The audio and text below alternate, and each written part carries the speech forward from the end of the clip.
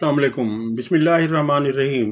رب اشرح لی صدری ویسر لی امری واحلل عقدۃ من لسانی یفقہوا قولی۔ 3-4 خبریں آپ سے شیئر کرنی ہیں۔ سب سے پہلے آپ کے ساتھ شیئر کرنے جا رہے ہیں کہ پی ٹی آئی کا فوجی عدالتوں سے عام شہریوں کی سزاؤں کے خلاف پشاور ہائی کورٹ سے رجوع کرنے کا اعلان۔ پی ٹی آئی نے یہ اعلان کیا ہے کہ وہ ملٹری کورٹ سے سزا پانے والے تمام افراد کی سزاؤں کے خلاف پشاور ہائی کورٹ میں اپیل دائر کرنے جا رہے ہیں۔ کرم میں قیام امن کے لیے گرینڈ جرگے میں فریقین کے درمیان معاہدہ طے پا گیا۔ اسلحہ استعمال کرنے والے فریق پر جرمانہ عائد کیا جائے گا۔ 3 ہفتوں سے جاری مذاکرات کا فیصلہ ہو گیا ہے اور اس میں یہ فیصلہ کیا گیا ہے کہ جو فریق اسلحہ استعمال کرے گا اس پہ بھاری جرمانہ عائد کیا جائے گا۔ D G I S P R نے فوجی عدالت کی سزاؤں کی وجہ سپریم کورٹ کے فیصلے کو قرار دیا۔ ملٹری کورٹس نے فیصلے تب سنائے جب سپریم کورٹ کے 7 رکنی بینچ نے حکم دیا۔ 9 مئی کے گھناؤنے کردار اور منصوبہ ساز کو کیفر کردار تک پہنچانے تک انصاف کا سلسلہ جاری رہے گا۔ ٹی وی کے پروگرام میں بات کرتے ہوئے نجم سیٹھی نے کہا ہے کہ 2008 سے 2018 تک اسٹیبلشمنٹ کے لیے 14 مذاکرات ہوئے۔ بات چیت کر کے روکنے کی کوشش کی گئی۔ گڈ طالبان بیڈ طالبان کہا گیا۔ صرف عمران خان کے سر پر الزام دھرنا غلط ہے، اسٹیبلشمنٹ کی پالیسیاں تھیں۔ یہ نجم سیٹھی کہہ رہے ہیں جو حکومت کے اسٹیبلشمنٹ کے بہت قریب ہیں۔ ان کا کہنا ہے کہ اس بات کا سارا الزام عمران خان پر ڈالنا کہ یہ سب کچھ طالبان کے ساتھ جو بات چیت ہے وہ عمران خان نے شروع کی، ایسا نہیں ہے۔ ان کا کہنا ہے کہ یہ اسٹیبلشمنٹ کی پالیسیاں تھیں۔ یہ سنیے وہ کیا کہہ رہے ہیں۔ مذاکرات تو پتہ ہے آپ کو کہ 2008 سے لے کے 2016 تک یا 18 تک 14 مذاکرات ہوئے تھے، نیگوسیٹڈ سیٹلمنٹس۔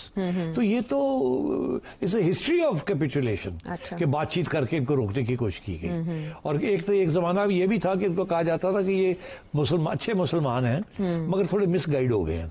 اچھا، misguided. Good Taliban bad Taliban آگے تھے۔ ہاں، کہ یہ اچھے طالبان میں سے ہیں، یہ بیڈ طالبان نہیں ہیں۔ یہ ہمارے ہیں نا، تو اچھے طالبان ہیں۔ پتہ لگا کہ وہ افغان جو تھے وہ اتنے برے نہیں تھے، ہمارے ہی برے نکلے۔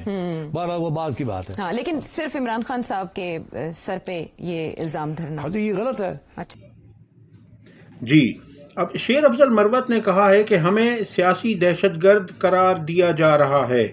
سیاسی دہشت گردی ہوتی کیا ہے؟ 26 نومبر کو ہمیں مارا گیا۔